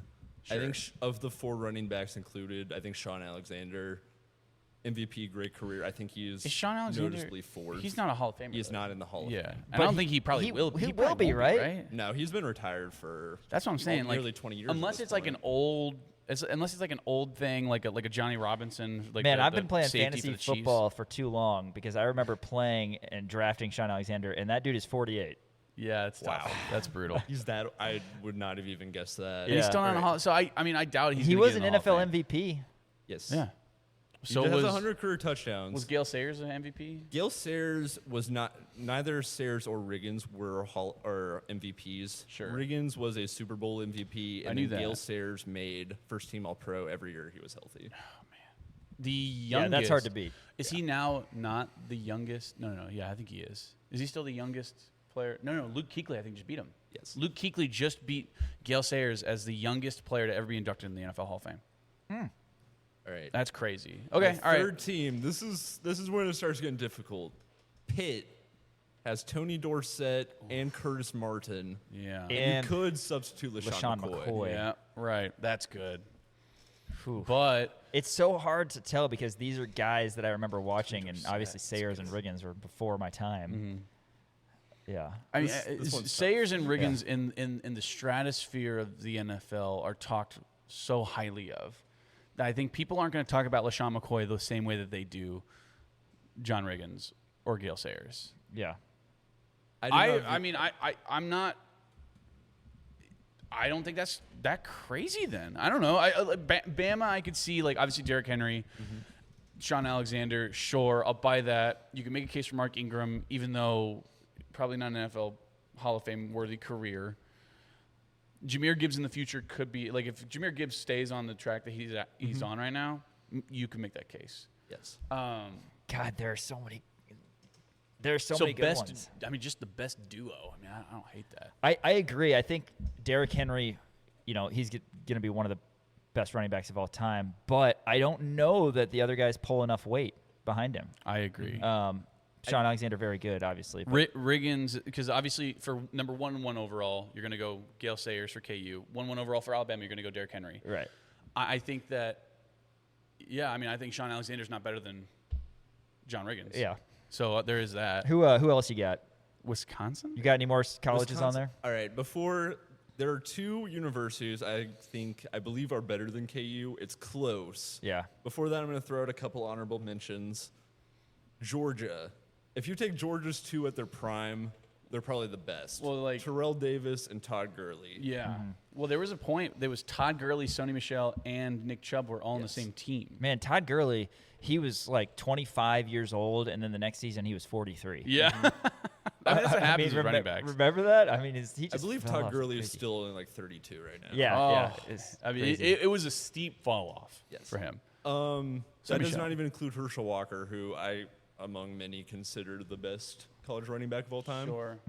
Right. What And about then Ohio State, though. Ohio State, Eddie George and Ezekiel Elliott, I think is like a half step below. Yeah. That's like, My other honorable mention, and I could legitimately pick 5 running backs for this university, Texas. Yeah. I'm taking Earl Campbell, and then it's do I want Jamal Charles? Do I want Priest Holmes? Right. Do I want Bijan Robinson? Do I Ricky want Williams. Ricky Williams. Yeah. yeah. But Texas is tough. There's just not the strong second. you're talking about like NFL, though. Like Yes. Jamal Charles It obviously could be was fantastic. Bijan eventually. Yeah. Could be Bijan eventually. I mean, Ricky Williams didn't have a great NFL career Ricky compared to what he Williams, should have been.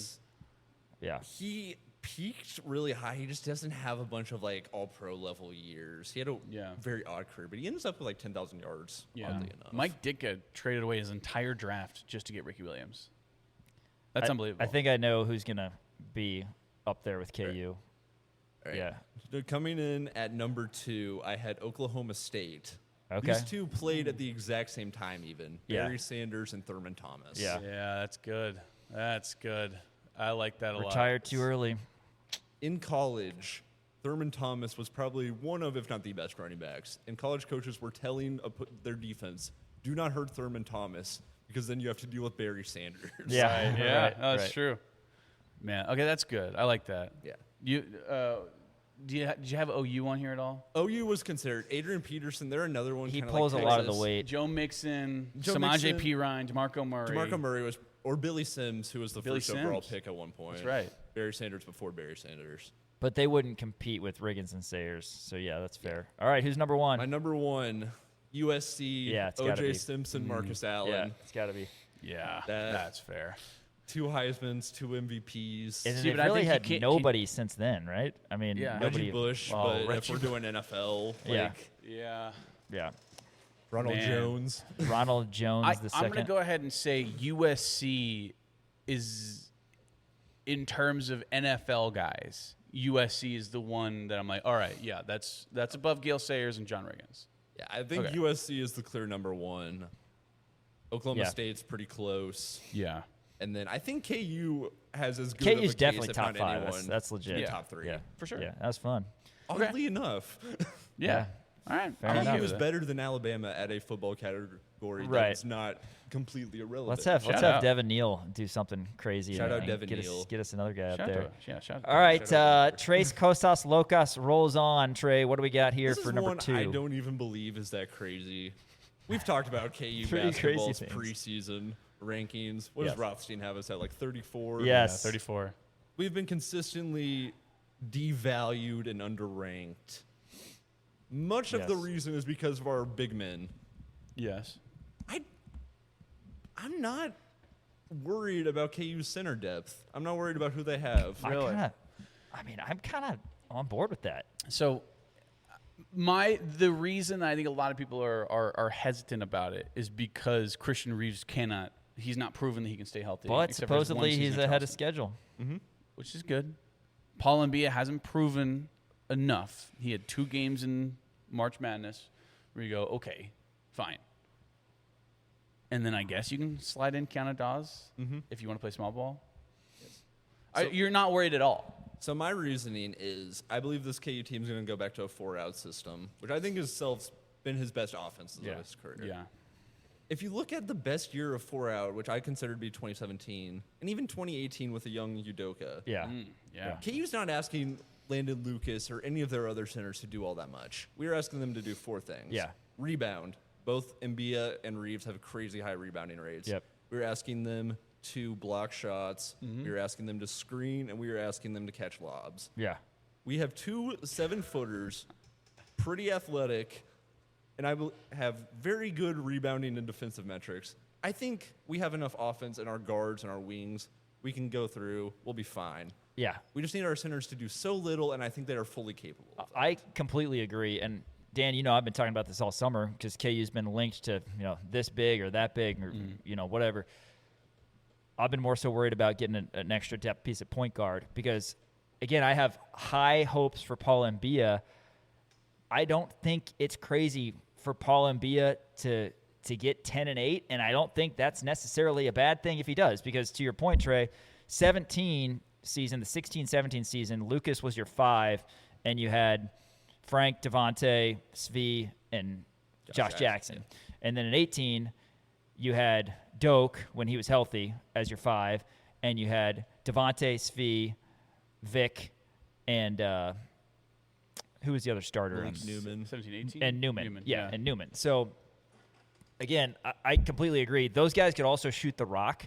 So if Rosario's going to be a 40%, I know that's asking a lot, but if he's going to shoot 37 to 40% and Blyden's going to do close to what he did last year, which is upwards of 40%, and Tay Kinney's able to knock down a high 30s rate, then yeah, you can see it, especially because Stokes as a 4, I mean, he's kind of a dream 4, isn't he? Because he's like that, when Josh Jackson was a 4 for Kansas. I completely agree, and I think that both of those reasons are why is that Kansas isn't going to be asking for them to do a ton, whereas last year the 2 guys who transferred, Kansas needed some offensive production from them. Part of that was because they didn't rebound as well as they needed to or should, but also that Kansas, I think, will play more 4-out than they have in the past. I think the biggest thing that Paul Embiid needs to work on is, number one, his shot blocking not coming down, because that's my main concern is foul trouble for him. It is he is the poster boy of, hey, don't come down on blocked shots, because that's just, he wants to block him down, he wants to volleyball spike him, and then he winds up fouling guys, right? If he's able to keep his hand up, use the wrist as opposed to the entire arm, yes. And then I think on-ball screens, I think he needs to get a little bit better at. Other than that, you've talked me into it. You've talked me into it. I think that we have the best front court in the nation. Let's do it. Let's do it. I feel really good, and I believe I said this on a previous show. Keanu Dawes is an incredibly good back to the basket scorer, and so Right. if we need any of that, we're going to him. We're going to Stokes. Right. That's Yeah, the thing for is sure. you have Stokes who can play 4, and you also have Dawes, and then you have Mbia and Reeves. I mean, that's better than most teams would like, I think. All right, last one here, Trey. What do you got? I have 2 that I'm sitting on. I will let you guys decide. Would you rather Okay. me pivot to the stadium or to a pop culture topic? He did 2 KU ones already. Let's switch it up. Let's Hold do- on to save until next week. Yeah, Ooh, do, okay. Because do game pop week. culture. Yeah, it is game week, and Yeah. it is very important. Okay. I'm gonna set myself up for that one. It's Yeah, very yeah. important. So sit on that one. Well, what's your pop culture? All one? right, my pop culture. There is a lot of debate on who the best actor alive is right now. Leo is moving on to a different phase of his career. Yeah. Timothy Chalamet. Some people like him, some people don't. I think loved him in Marty Supreme. he's up there. Yeah. I think he's great. Michael B. Jordan, just coming off an Oscar, incredible. Yeah. What if I told you there's an actor who this calendar year alone has 4 roles worthy of an Oscar nomination? 2 of which I've already played and have done very well. 2 of which are coming. Okay. Yes. Would you not say that is the best actor alive? 4 potential Oscar nominee. I mean, yeah, sure. Who is it? Robert Pattinson is the best actor Oh my God. right now. All right. Harry all right. Potter himself. He Yes, was really actually, good he in the wasn't. Odyssey. Villain in the Odyssey. Great in the Odyssey. The drama, great in that. I don't know if you guys have seen that. Very good movie. Haven't seen it. Came out in, Heard great April. things about it. Yes. It's good.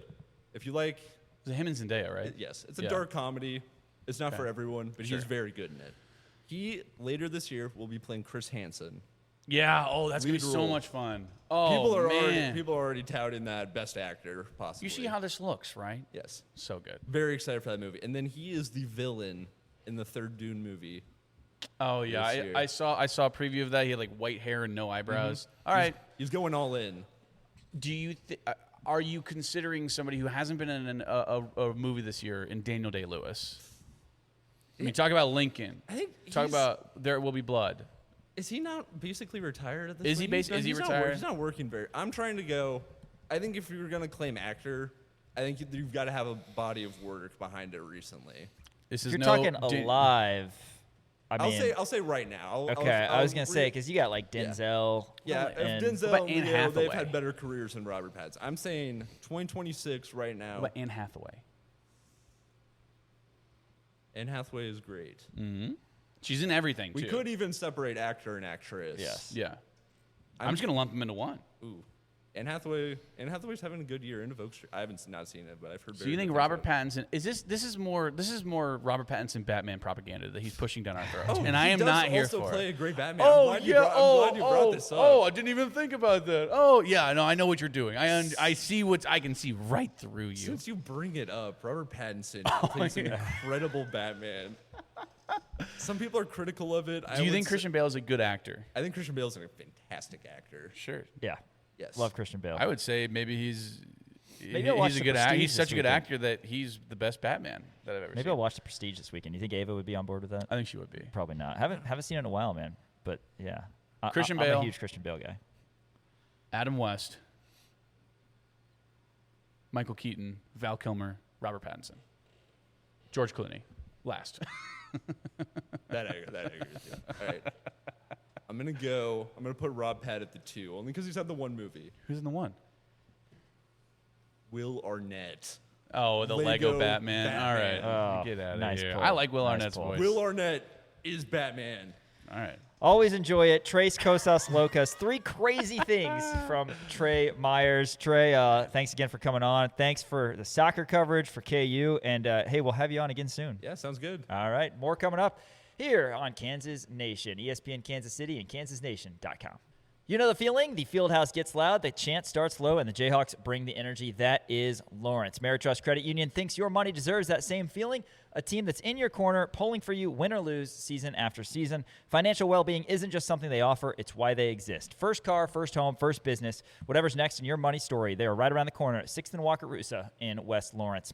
Real people making real decisions locally. Ameritrust Credit Union is the official financial well-being partner of Kansas Athletics. Stop by the branch or visit ameritrust.org, federally insured by the NCUA. All right, we're going to go back to the Kansas football indoor practice facility. Couple more interviews from Media Day last week. Corey Gordon and Trey Brown, a couple members of the KU secondary, and here they are. Corey, how's your fall camp been going? Obviously in a new system, but this isn't anything new to you. How's it been? It's been going good. It's been trying to stack some days, honestly. That's what I say. The biggest thing, just trying to stack days and do it every time. Yeah, absolutely. And looking at the new booth, I mean, you played at Baylor, so you've seen it before. But, I mean, looking at these new facilities, how incredible is it, and how excited are you to get out there? Man, I'm super excited. Like these facilities and the stadium, I would just say it's top notch. And we're looking forward to do our thing in it, to be honest. Talk about the versatility in the safety room. You have a lot of different guys who can do a lot of different things, right? I mean, they've talked about a lot of different guys playing either free safety or nickel or outside corner, different things like that. Talk about the versatility in the secondary. That's one of the biggest things that excites me about our safety room. We got a group of guys that can really do a lot of different things and are super versatile. And I think that's going to play a big part in our secondary this year and help us overall just make plays. Coach DK, obviously, with the defensive coordinator spot, he's heading into year 2, but he has quite an emphasis on the secondary as well. I mean, he came from the NFL ranks. I mean, talk about him and being in his kind of system. Being in his kind of system, I feel like he just gives us so much tips to be able to play faster and be able to make plays, and just gives us so much film to watch, whether it's pro film, college film. He just has so much tips and things that helps us get better. Being in that system with him, I feel like, especially with him being the D coordinator in our room, it helps us play fast all the time. Speaking of film, Coach Akina, I mean, he's kind of notorious for pulling out VHS tapes. I mean, what's it been like having him kind of, showing you guys the ropes, a guy with a lot of experience? Nah, it's funny even you said that because, yeah, he has a clip for, I would say, every situation, every moment, but that just comes with experience and great coaching. So he has, like you said, the same thing I would say about Coach DK. He just has so much tips and things and pointers that help you play faster. He's a big key reason that I can see guys growing too. Coming to a new system like this, what's some stuff maybe off the field that you do to kind of bond with the other guys in the secondary, other guys in the safety room? Honestly, I would say when it comes to our secondary in general, we just got a whole bunch of different group chats and just talk all the time, try to get together. My dog, Taylor Davis, he be barbecuing, just doing different things. As a group, we'll try to come together at least, I would say at least once every 2 weeks or once every week, and just do something outside of football just to make sure we all good. And everybody, we don't even have to say too much. Everybody pulls up every time. What's Taylor Davis best at cooking up on the barbecue? I'm giving him wings. At first, I would sleep on them, you know what I'm saying, because he was hiding them for a little bit. But he let me try them, and, yeah, he did his thing. What can we expect to see out of Corey Gordon this year on the football field? I would just say the same thing I've been saying, just playing like my head's on fire and just trying to make some plays and help my team win. Good luck this year. Appreciate you. All right, Trey, thanks for taking some time. Just kind of talk about fall camp coming in as a freshman, man, and we've been hearing your name a lot. So how's it been going? Fall camp has been going pretty good. It's been a grind. This is my first fall camp, so I wasn't really sure what to expect, but I feel like it's been good. They created a good schedule for us and a good environment that I feel like a lot of players would love to work in, so that's been good. Talk about kind of you as a player. Like I said, we've heard your name not only as somebody who's constantly in the building, but your kind of skill set, safety, nickel, linebacker. I mean, where do you kind of see yourself fitting in? I've been playing a lot of nickel, since I got here. I played a little bit of corner, but mostly nickel. Learning that role was it was a challenge at first. The first time kind of being in the box like that, and then but I feel like just staying with the coaches, staying committed to learning, and then being consistent with that really helped me kind of do my job better, and then kind of become more consistent on the field. Regarding your work ethic, kind of making sure you're a student of the game and all that, where's that come from? I feel like my parents kind of raised me like that, I feel like work ethic was always a big thing. Like if I was going to do something, I was going to be committed to it. So I feel like they did a good job of that. For sure. And then kind of talk about the athletes that you guys have on that side. Whether it's Saeed or Kaijan, kind of similar nickel, or other linebackers, secondary. Who's been impressed with you? Who's kind of taking you under their wing? I feel like all the older guys try to help me every day, whether it's on the field, off the field, either in life or whether it has to do with football, And then overall, I think the whole secondary has impressed me, making plays every day. I feel like there's a bunch of people we can count on behind me, and then around me too. And then we have a good competition in the room, so everyone's just raising the level of competition, making each other better every day. What was it like getting to practice out there and just your excitement level for getting fans in the stands? It was good. We ain't have fans in the stands that time, but I feel like I'm gonna be a little nervous next time when they come, but I feel like I'm gonna be good. I feel like I put in the work to be confident to go out there and then do my job. So yeah. How do you feel like you can impact the game? Be it you're put in there, nickel, other places positionally, special teams, wherever it is. So what do you think you bring? What do you think your strength? Whatever it is, nickel, special teams. I feel like my teammates and coaches can just trust me to do my job every play when I'm out there. So. Yeah, for sure. You've been to Europe before? No. No. You excited for that? Yeah, excited for that trip? time. For sure. Yeah. It's gonna be a long flight. That's what I'm been thinking about. Yeah. So yeah. For sure. When you guys kick off in a couple weeks against Long Island, you gonna have family and friends in the stands? Yeah. I got. I think my parents and all my brothers should be coming to the first game. So that's gonna be exciting. First game in college with my family there. It should be fun. Cool.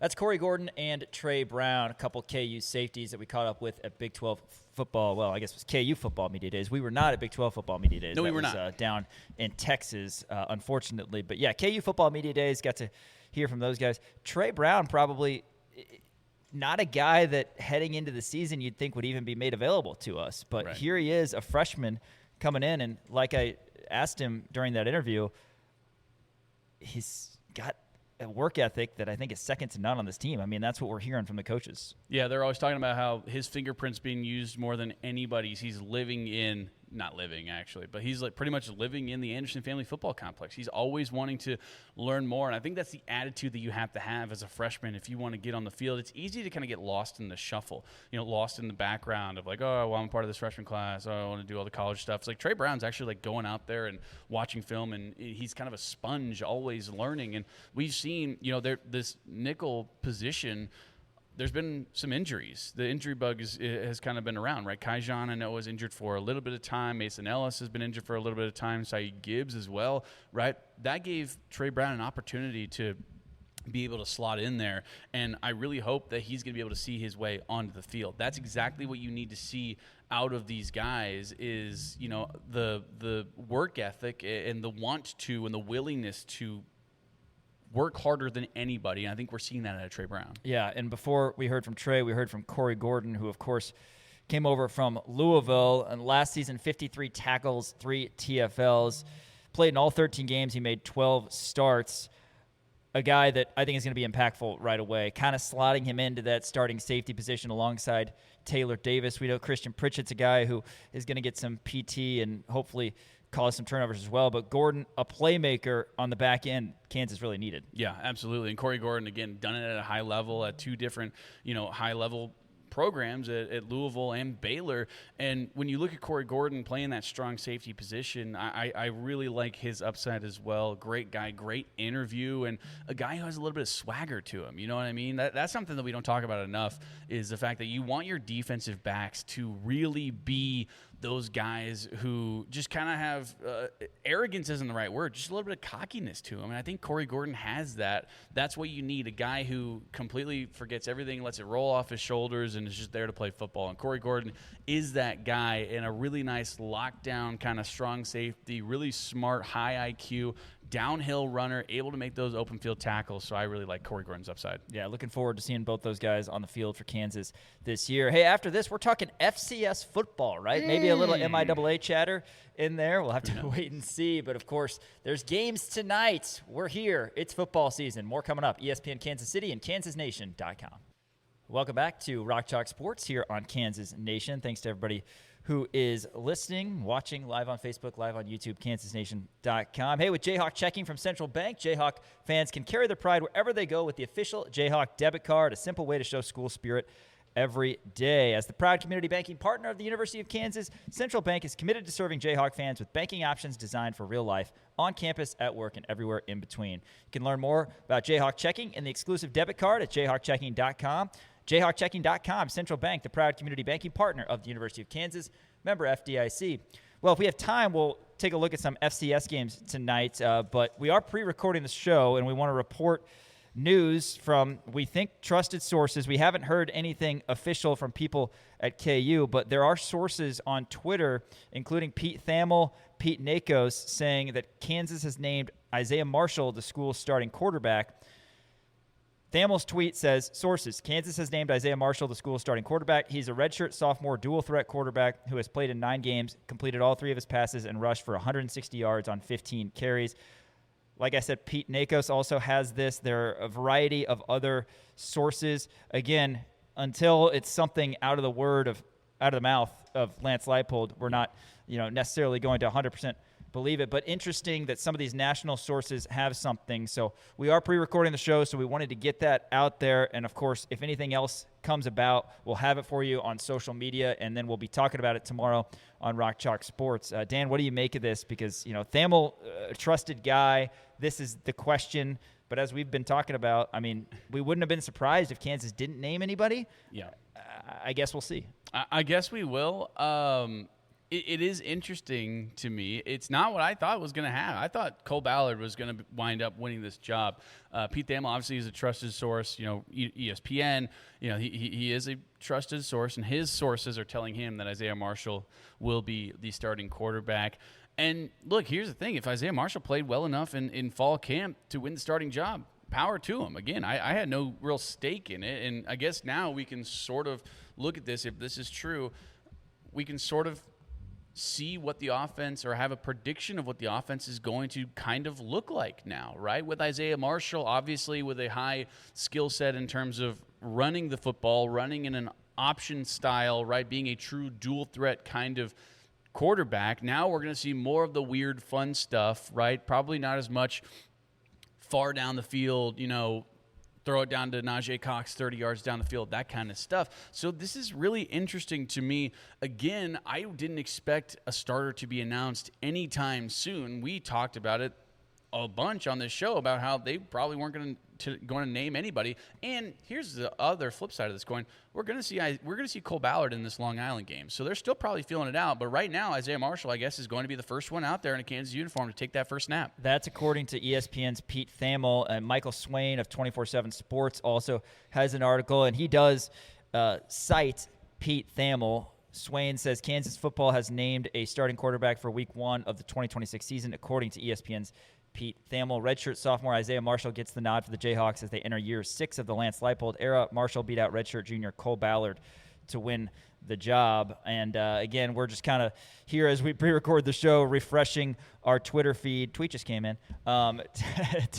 Tweet just came across my desk. To see if we can get more sources on this. But yeah, Pete Thamel, he is a respected source. Obviously, Swain works over at 24/7 Sports, and he's at all the press conferences and everything as well. Surprising, like you talked about, for Kansas to name Marshall the QB. We'll see if Coach Leipold, Coach Kotelnicki come out and say anything official. They don't need to by any stretch. But, again, there are some sources who are saying that Marshall's going to be the guy. Yeah. Again, kind of a little bit of a shock just because of the fact of how early it is for them to announce it, right? I didn't expect this. But here's the thing. Now we can – I talked about this. Now we can start to envision what this offense is going to look like, and now this is giving fans a guy to rally behind. Well, Marshall, according to sources, is the guy. We'll let you know. We'll have it on the Open tomorrow on Rock Chalk Sports and discuss that in more detail, particularly after we look at some more sources that may come through if we hear anything from KU coaching staff. Elijah Schmitz, our technical director. Stay tuned in to Kansas Nation all across social media for any updates regarding this or anything else with KU. For Dan Courtwright, Sean Kellerman saying we'll see you tomorrow from 4 to 6, ESPN Kansas City and KansasNation.com.